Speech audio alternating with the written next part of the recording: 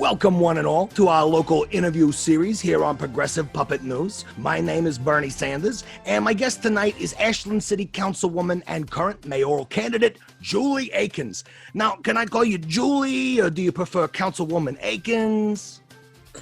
Well, Bernie, I think hopefully you'll be able to call me Your Honor. But right now, you can just call me Julie Akins. Hey, you.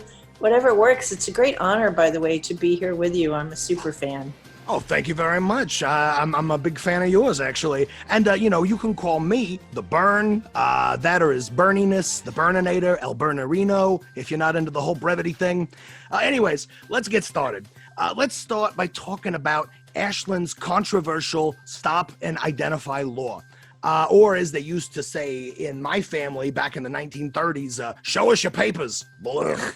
Anyways, you voted against this monstrous law, and yet your mayoral opponent voted for it. So my question to you is, why does your opponent hate freedom?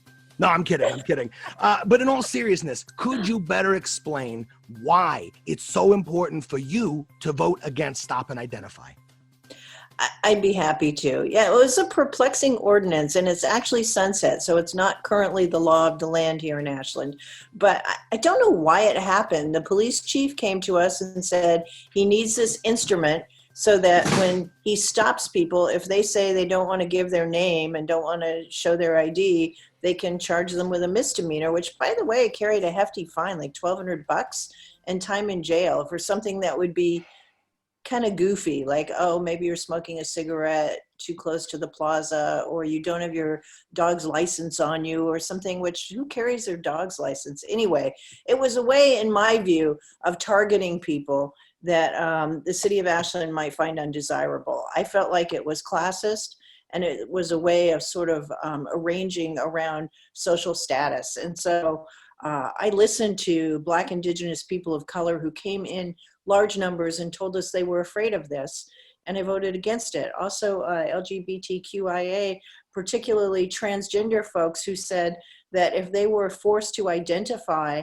on the sidewalk, they could give away a different birth identity than the identity they were currently using. And so it would be dangerous for them.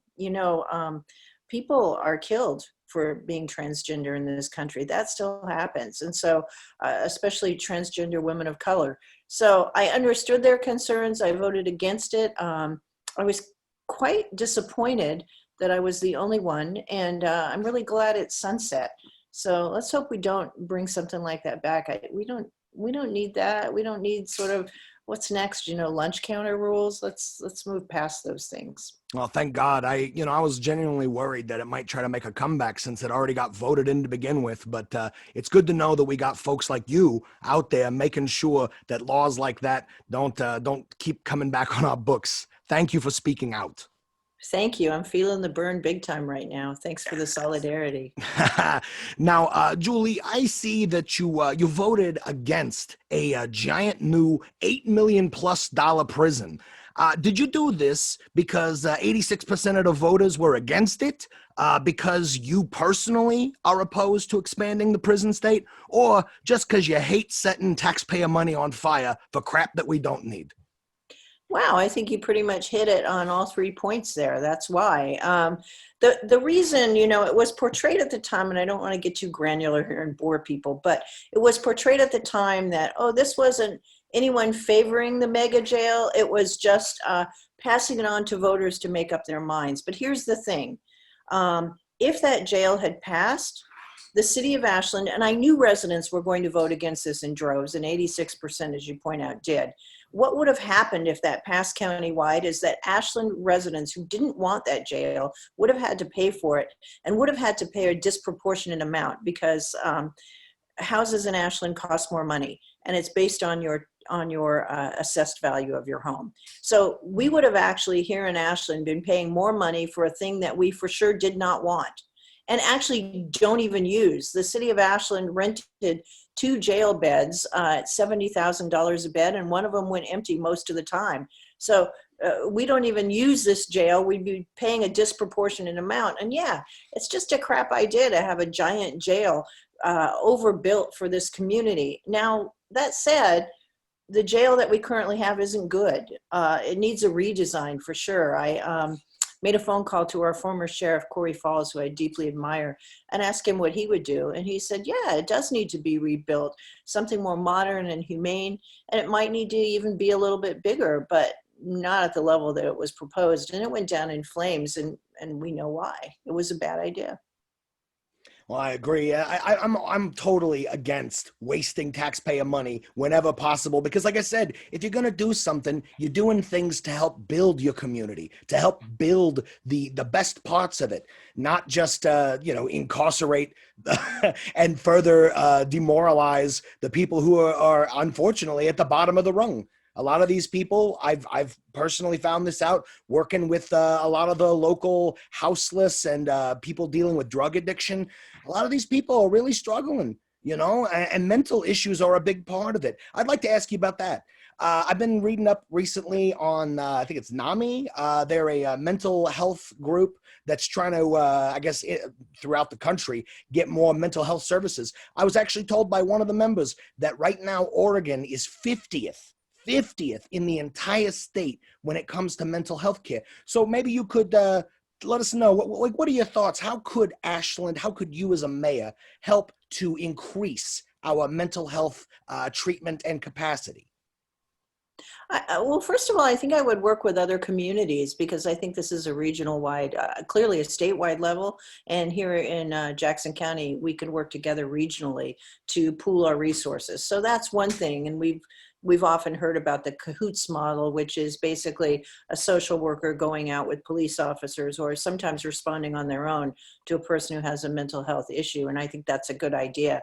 I would adjust that a bit and have the person embedded in the police department. So when the police go out on a call involving a mental health crisis or a houseless person on a code violation, that a social worker would be there as well who could discuss resources.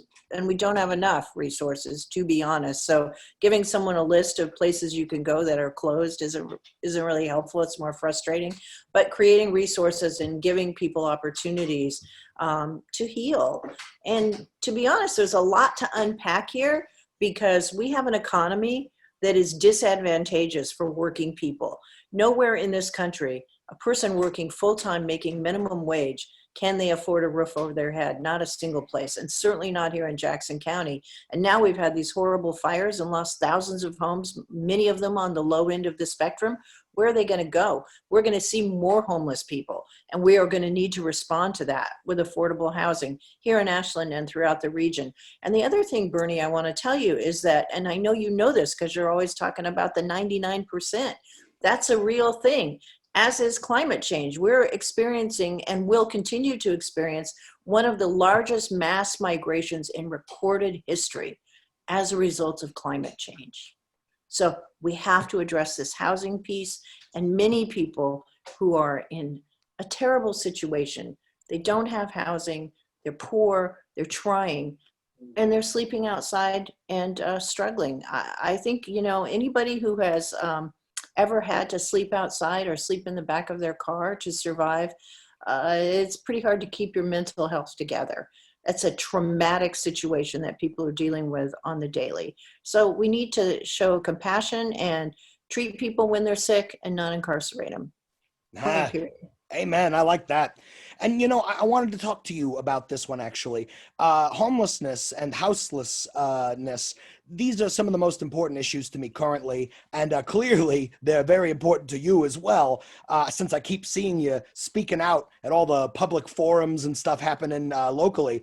And, that's what the J-Man was talking about in the good book. He said, that which you do to the least of my brothers and sisters, you do also unto me. And what was he talking about? He's talking about how we care for the least fortunate in our society. So I wanted to talk to you about a particular project I've been looking into, and I heard that you are a fan of as well. The Hardesty property, a piece of property owned by the city. Would you tell us a little bit more about it and some of your potential proposal in this area? Well, it's a tough one because I've reached out numerous times to the current city administration, and the last email I got was no, it's never going to happen. But don't tell a well-meaning person never, because that just makes us more motivated. I was told it couldn't happen because even though the city owns the property, it's in the county, and we would have to move around some county zoning to make that happen. It's additionally in a floodplain, which is a concern. But we also have declared a twin emergency. We have the coronavirus and we have the fire. So I feel like in a state of emergency, you can do temporary things. And so at this point, what I would like to see us do is create some temporary movable housing on the Hardesty property and see how it goes. Sometimes when you can do things temporarily and they work out well, you can start extending the deadlines on that. And I see lots of people who house people start there. So I'd like to start there. We need places where people who have lost their homes due to fires and other things like the economy, like the coronavirus, don't forget, lots of folks do not have jobs they used to have. And with our tourism faltering the way it is, a lot of people have been laid off. So that said, through these twin crises, there are people who are unhoused. And I'd like to see some temporary housing, things like tiny homes on wheels that can be moved. I'd like to see potentially some tent camping. It's not ideal, but it's something. And that property has water and sewer and bathrooms and laundry and food cooking facilities, and having people in a place where they can bond and create community and be in a solo location so that they can get healthcare services delivered to them. It feels really like a right idea at the right time. And as your mayor, I'm going to push that forward and see everything I can do to make that happen. And I've talked to other folks who currently serve on council and who are looking to serve on council who agree with that. So I think we can get that done. I feel optimistic, actually. I like you. See, you got the whole right idea right now, which is, hey, all those people who keep saying it's impossible, they need to get out of the way for all the people who are going to make it happen. And that's you. So thank you for speaking up about what's right and taking care of the least of our brothers and sisters. Thank you. You're making my day right now, Bernie. I'm like I said, I'm feeling the burn, man. I wish you were on my ballot. That would have made life so much different this year. But you know what? If not you, then us. You always said that, not me, us. And I'm in the same boat. Us, us, us. Us here in Ashland. We can do these things together. That's the greatest asset about Ashland is its people. People like you, creative, strong, vital voices for change and progressive energy. And I really, si se puede. Together we can. Absolutely. Oh, I like it. I like that a lot. Thank you so much. So I wanted to ask you another question, and this is a little more serious, okay? So I want to touch on white supremacy, okay? I'm sure you're aware, but there is a rise in white supremacy happening in this valley. I have a very good friend, a person of color, who just left Ashland, and they left because they genuinely feared for their safety after seeing all the seething hatred and just general bad vibes that have been coming down our very streets simply to oppose Black Lives Matter protests. Would you like to talk about this? I would like to ask, what are you doing to protect and provide comfort to the Black, Indigenous people of color in our community? This is a really important question, and a tragedy, frankly, that anybody living in Ashland, residing in Ashland, and anybody anywhere in our country has to still worry about being judged by the color of their skin rather than the content of their character. It's stunning that we're still here, but we are, as you say, in fact, still here. So what can we do about it? I think it begins with a social equity index, and it begins by taking real action. Stop and Identify was a measure that absolutely disproportionately affects people of color, and it never should have passed. Having laws that protect people in terms of policing is important. We disproportionately stop Black folks in this town. It's just statistically accurate that if you're Black in Ashland, you're twice as likely to be stopped. Come on, stop doing that. Let's fix that. The OSF actor, Tony Sancho, this guy was coming home from a party walking, yes, intoxicated by looking at the video, and he admits that. But that's not illegal to walk while intoxicated. Why did they handcuff him and take him to the Jackson County Jail, where he alleges he was chained to a urine grate for hours? The video confirms that he was chained to a urine grate. Why, I don't know. There's more to discover on that. But why was he put in handcuffs? He asked not to be. They claim that they were stopping him to protect him. Were they? Did they protect him or did they hurt him? So we need to take that stuff seriously, and we need to be told as a community what we're going to do to stop that from happening again. We have denied in this community and throughout the Rogue Valley that in policing agencies there's implicit bias. Listen, that's nothing to be ashamed of. We want to fix that. Everyone has implicit bias.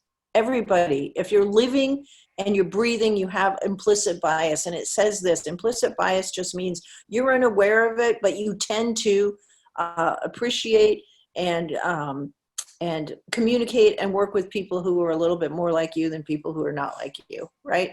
And that's a bias. So we have implicit bias and we need to address it. And we need rules among our policing agencies that tell us that these behaviors are not acceptable, to the point of consequences. The people who handcuffed Tony Sancho are still at the cop shop and nothing's happened to him. There should have been a consequence, in my view. I also think that we should have a social equity index in terms of hiring in the city of Ashland. We need to be looking at how we hire people. Why is everybody in power a white person, and why are most of them men? Come on. You know, so these are ways that we can incorporate in the fabric of our community a sense of safety and inclusion. I also have this idea, and it just sticks in my craw. I don't really know why, but the plaza here in Ashland was actually a meeting place for the indigenous people who were here long before colonizers ever showed up. And there's nothing in the plaza that says that that was true. Why not? Why do we have this little white kid with a gun statue there? Why don't we have some beautiful piece of indigenous art right there in the plaza with some literature, with a plaque that says this was founded by the Shasta and Tequilma people, that this is the land of these folks, the ceded land of these folks? Why don't we have these conversations and really represent in this community? Why aren't there's a mural project going on. It hasn't gotten any legs. You know, we need to allow some murals that express color and life and vibrance and include everybody, so that every child who walks through the city of Ashland can find themselves, in representative forms of art and culture, because that's really how you feel comfortable, don't you think? No, I agree. I love that. Thank you so much. That's what we need. We need to be representing our real founding fathers, the people who actually founded this country first, before some people showed up and said, hey, look what I found. It's not enough to just have a holiday, right? I mean, I think it's good that Columbus Day's off the table and it's Indigenous People Day, but what do we do about it besides declare it? Like, let's actually really celebrate and have conversations about telling the truth and about having conciliation, which begins with, hey, this happened here. You were here and we took this from you and we moved you off of your land, and we apologize for that and we seek to make it right. This has been done in cultures all over the world, and for some reason we're behind on that. But we can do that. We can give a territorial acknowledgement at the beginning of council meetings. Why not? I love it. I love it. Why not honor people who were here before us? I think that's fantastic. Hey, I want to jump back to what you were saying about implicit bias. I noticed, and I'm sure you did as well, that recently Donald Trump has been doing just about everything he can to not only prevent further education on actual American history to federal employees, to schools, but he's actually now actively trying to repeal already existing implicit bias trainings. So what could you do as mayor of Ashland to make sure that we are still providing this training? And it is an important training to these people, these workers in our city, and to the police in the city. Can you overrule Donald Trump on this one? Well, I can't overrule the federal government, but certainly we can make sure that we have implicit bias training within the city and with all the departments of the city. and that we have these dialogues and conversations. I think that we can, and it kind of ties into something I wanted to talk to you about, Bernie, and get your advice on, because you're great at gathering people together and having real conversations. And I'd like to do more of that. City council meetings are necessarily a bit wooden, and they're kind of locked down, and they're on specific subject matters, and people often don't feel heard. I would like to start having regular town hall meetings that maybe even move from location to location and are less structured, where people can come up and actually talk to their representatives and say whatever's on their mind, and we can hear them out, and we can be responsive to them. The city of Ashland is very excited about doing surveys, online surveys, and occasionally doing door-to-door surveys. And that's fine, you can do a survey, but if you're like me, you don't really want to sit down and do an hour of filling out bubbles. But I might come to a cool meeting that's like a community-wide potluck where I could talk to people and I could talk to my elected officials, of course, under the Sunshine Act and fully noticed and that kind of thing, but a more casual environment where we're not necessarily making law, but we're listening. And I think that those kinds of meetings can also have discussions around implicit bias. Years ago, OSF put on a conversation around this at the old Ashland Armory. And it was among the most effective dialogues I had seen where people participated. And I'd love to see that be an annual or semi-annual thing, because I think it's just about dialogue and seeing each other and seeing that the person across the room from you may not look like you, but in fact they are like you, because all things living want to be loved, want to be supported, want to be seen and heard. There's really not that many differences. The things that we hold in common are certainly more than the things that we hold as differences. Oh, I love it. I say we have a barbecue. Let's do it. Community barbecue. I'll be there. All right. So we have now talked about a lot of substantive issues here today. And I want the folks at home to get a better idea of who Julie Akins is as a person and as a part of this community. So please, could you tell us something personal about yourself? Oh, gosh, I never do this. I'm like a frequent poster, but I never talk about, I really don't go here. Okay, hang on, Bernie. Let me try to channel like what's true. Okay, so I grew up on an organic farm, firefighter dad, social worker mother, 2 siblings with autism. Holy moly, that got crazy at dinner time sometimes. I love dirt. I love dirt. I love soil regeneration. I'm a super fan of worms and pollinators and all the little guys who live in the world, because they're actually doing all the real work. I am married to someone who's sitting back there at his laptop. I don't know if you can see him over my shoulder, who's the absolute love of my life. And I was so fortunate to find him. And he's just a badass musician and a cool guy and a good writer, and managed my campaign because he's so damn smart. So that's there. I have 2 children who are stunners. Holy Toledo, I look at them and go, they can't be related to me because they're really good looking. My son is teaching at the University of West Virginia. Smart guy, teaching composition and literature. And my daughter is a hero, has joined the National Guard, is just a triathlete, like badass girl, just lifting weights and running a million miles an hour. And she's a little tiny thing and just really like also just brilliant and takes no prisoners in terms of just being totally standing up for what she believes in, and is a big believer in equity. And then I have 2 adorable grandchildren. My granddaughter, who is 11 and going to be 12 in December, and my grandson, who's 4, Isaac, who's adorable. And I would say my granddaughter's name, but she might get cheesed off because it may not be cool. Like, I might not be cool enough. I don't know. Anyway, and they're terrific, and they're doing okay. Pops works at OSF. He's an IT guy, a really brilliant man. And despite everything that's going on, my kids are all right. And my grandkids are all right. So I guess like life's good, you know, and the people you love are okay, you're okay. So there's that. I'm a big fan of music. I love all forms of music. It'd be nothing for me to listen to, old school rap. I mean, a huge fan of Tupac. Ghetto gospel is among my favorite songs, and I might listen to that, and then I might listen to Ravel, and then I might throw on some, George Strait. It's like very eclectic because it's music and it's beautiful and it touches the soul. I love fine art.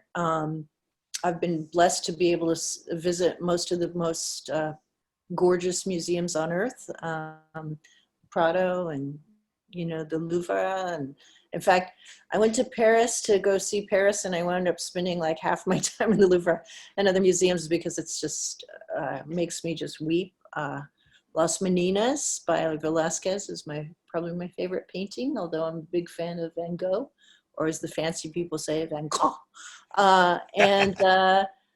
What else? I'm a fan of really good wine and good organic food, and I love long distance hiking, and I like to ski, although I haven't been up in a little while, and kind of anything outdoors. I love to camp, although Posh back here is none, and he's in Ixnay on the camping, but I've been known to go out on my own. Despite being really, worked up about equity and fairness and wanting to take care of people, it comes across like, this tough energy. I know, Bernie, you're with me on this. You come across kind of like you're a fighter, but really underneath it, it's just because you care. You just love people. I don't want to see somebody sad. I don't want to see a child not have a good place to live and be able to read a story at night before bed and have a long bath with lavender soap. I want that for everybody. I want everybody to have enough food on the table. I want us to be nice to each other. To be honest, that's underneath all this, all the tough veneer. It's just kind of a nice lady who appreciates the struggle and also appreciates the joy and the poetry. And I'm a poetry fan. Love Irish poets. Don't get me started. Let's see. Here's this thing I used to say all the time. Let's see. This is a sad line, but I like this one. Come away, O human child, to the waters in the wild, for the world is more full of weeping than you can understand. And I think about that, and I say to people, decide what you're going to cry for, because there's so much. And then once you decide that thing makes you cry, then get up and do something about it so that you don't have to cry anymore, but you can be proud that you helped out. Oh, So I like it. that's me. Well, you just answered my next question. I was going to ask you, what's the most important lesson you learned in life? And I think you just gave it to me. I think that's it. You got to chip in, it's how it works. You got to chip in, you got to help out. You may not want to, like, good criminy, I'm tired sometimes, just straight up tired, and sometimes I want to quit. Actually, all the time I want to quit, but I don't, because if not me, who? So you may not think that you're important. You may not think your voice matters. People may even, give you grief about it and go, who are you to think that you can speak for anybody? Who are you to show up for this? You're not anybody special. And I agree, I'm not anybody special, but you know what? I'm willing to do the work. I'm willing to show up and do a good thing. And I'm willing to take the heat of showing up and trying to do a good thing, which you're going to. Please know that. I didn't know that, and I want people to know that.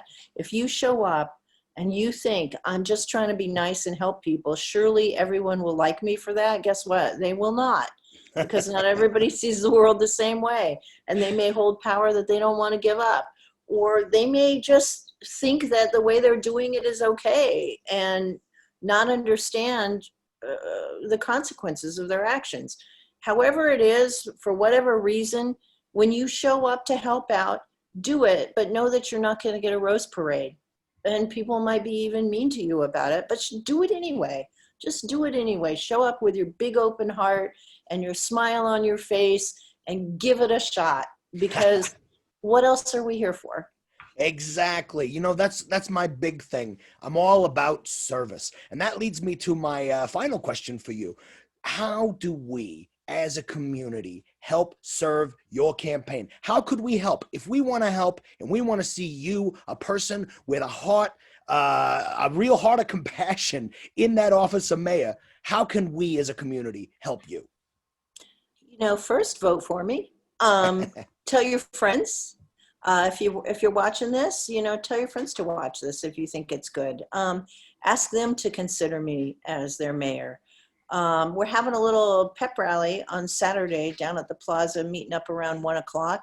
That's this Saturday, and then the following Saturday before the election. If you'd like to come in, make a homemade sign and stand there and go, "Hey, vote for Julie," or whoever you want to vote for, but participate in that way. And you're asking how to help me, so yeah, make a Julie sign and stand there and wave at people, because we need, those last minute undecided voters to check out our website, julieakins.com, and see the positions that we're posting there. There have been numerous forums around the community. Look at those. The Chamber of Commerce did one. SOCAN did one. SOCAN, Southern Oregon Community Climate Action Network did one. AAUW, American Association of University Women did one. So look around for those. Go on my website, julieakins.com, see what's there. If you have any questions whatsoever, hit me up. And I will answer you, or call me and I'll answer you.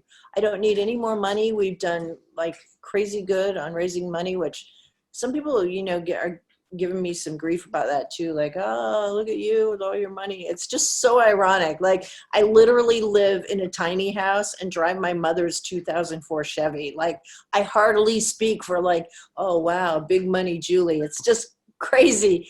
But we put this out there and people kept sending money. I didn't even ask for it. I think it's because, and the same reason they kept saying we printed 200 lawn signs. I could have printed 200 more and probably placed them. People are excited about a campaign that speaks for them, that speaks for change, because we know we're there. This is where we are. We need change. The old ways don't work anymore. We need innovation. We need a room where all of us are talking to each other. We need total equity. We need living wage jobs. We need young people coming back to town. We need a place that's safe for Black, Indigenous people of color. We need a place where everybody can be heard and where they matter. And we need to be really clear about that. And we need to diversify all our portfolios. Our business portfolio, in terms of the businesses that are here that need to be clean and green and pay living wage jobs. We need affordable housing. And you know what? We also need to diversify our tourism portfolio, because OSF, they're on the struggle with COVID and have not been having seasons. And now I'm hearing it won't be till fall of 21. So we can't just rely on them to save us. There are other tourism opportunities, great wine, bike riding, hiking. The PCT is just up the road a piece. I go on there all the time. So we need to talk about those things, and we need to talk about those things to communities where it's a single flight down here. Big cities, Portland, Seattle, San Francisco, Los Angeles. Tell people, hey, you can come here and have some great wine, some fantastic food. You can listen to good music. You can get outdoor adventure. You can do, you can be in this amazing bike rally. You can, people train here from all over the world. So we can talk about all our assets and come together and market those assets and get people excited about Ashland. And that's good for everybody, the people who live here and the people who visit. So why not? Oh, I love it. I love it. And I dig your vibe. I really do. I realize who you are, and you are a lighthouse with legs. I see it. And you know what? It's been a real honor to speak with you, Councilwoman Akins, Julie. And I'd like to go ahead and make a special announcement now. I have decided to endorse the best possible candidate for mayor of this town, and that is why I am endorsing Julie Akins as the next mayor of Ashland, Oregon. Hey! I got the burn endorsing me. Woo-hoo. It's awesome. a very Bernie. sought after endorsement. So. Oh, I know. Big, man. I'm feeling it. If I had a lighter, I'd light it right now. Thank you, Bernie. Well, Julie, I want to thank you again personally so much for all your time. Please come see us again once we get you in office. This town needs a minch, and that's you. Thank you. Thank you again, Julie. Have a wonderful day, and thank you for being a part of our interview today. Folks, I'm Puppet Bernie Sanders, and this is Progressive Puppet News. Thanks again. Thank you, Bernie. I love you. Oh, much love. Bye-bye.